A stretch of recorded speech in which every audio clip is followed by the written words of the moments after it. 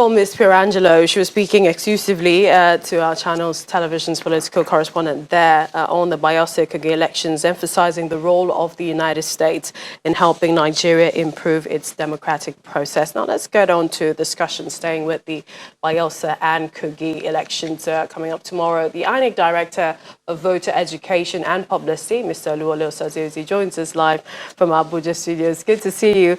Thank you for joining us at this time, and I'm sure you know why I'm smiling. But tell us, how ready is the Electoral Commission for the polls tomorrow? A lot of people are wondering. Our correspondents are on ground. We've been hearing from election observers as well. But for your commission, your ad hoc staff, how ready are you? Well, I'm sure your correspondents. First of all, thank you for having me. I should have said so. I should be polite. Thank you. I'm sure you heard from observers and also from your crew on ground that materials have been deployed. They were all there yesterday when materials were being deployed from the central bank to the local government offices of the commission. Those are the sensitive materials. Before that, we had, of course, deployed non-sensitive materials to all the local government areas. The rack centers are being activated now. Rack centers are the camps where the material and personnel will be on ground along with security, and the staging posts from where materials will be delivered to the polling units tomorrow.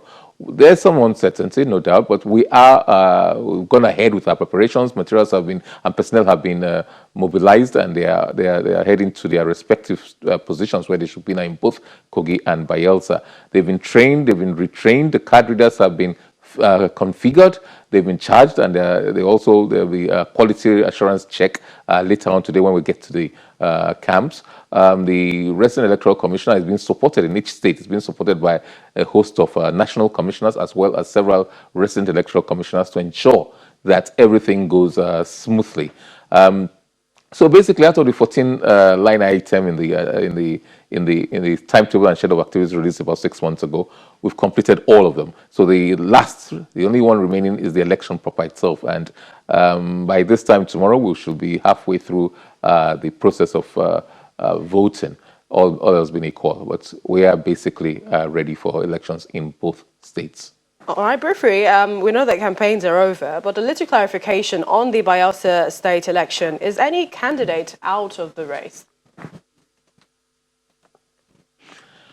Well, the last order we got from we were served an order yesterday afternoon in our Bayelsa office, and based on a case by an aspirant on base of the APC asking that he be the rightful candidate, the court ordered that he, Henneke Lokobiri, is not a candidate at the election. It also said that Mr. Leon, who was the candidate on the ballot 30 days ago when we published the list, is not a candidate. And it also said that the APC cannot and should not produce any candidates on the ballot. So we will comply with that court order.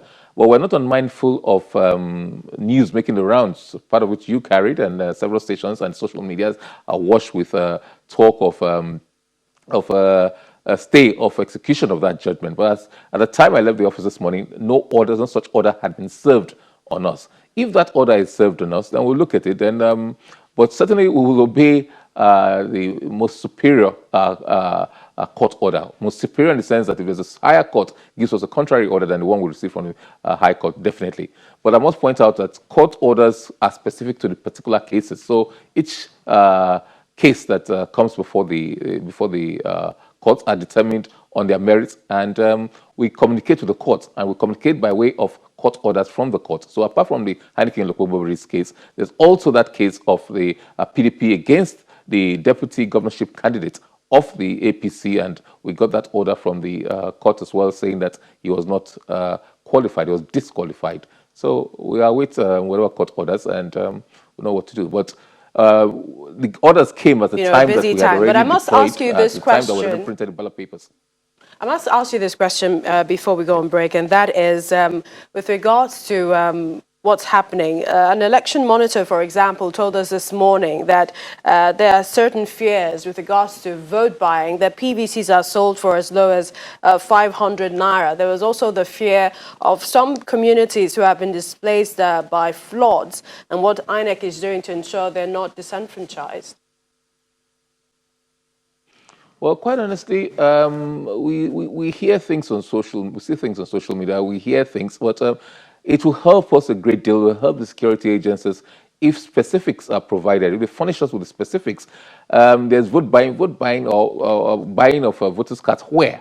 And if you give us the particulars, then we'll refer to the security agencies, and I'm sure they will, with their investigations and everything and intelligence, then they will do the needful. If people are buying cards so that other people will use them, it's of no use.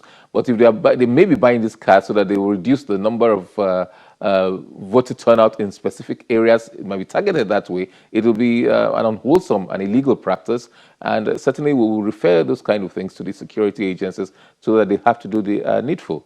As to people displaced, Sorry to interrupt. We need to go on a displaced. break now. We'll come back to you, Mr. Osaziozi. But also when we return, it's all about security. It's top on the minds of the people of Kogi and Bayelsa State as they vote tomorrow. Please join us again.